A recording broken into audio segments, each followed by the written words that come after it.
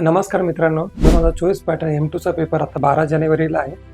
त्यामध्ये 5 युनिट असणार आहे. त्यामध्ये युनिट नंबर 1 जे की इंटिग्रल कॅल्क्युलस आहे. इंटिग्रल कॅल्क्युलसमध्ये 5 टॉपिक आहे. ड्यूएस रूल, रिडक्शन फॉर्म्युले, बीटा गॅमा फंक्शन आणि एरर फंक्शन. त्यामध्ये तुम्हाला महत्त्वाचे जे टॉपिक आहे जे कन्फर्म मार्क देणार, त्यामध्ये काय आहे ड्यूएस रूल आणि दुसरा टॉपिक आहे गॅमा किंवा बीटा फंक्शन.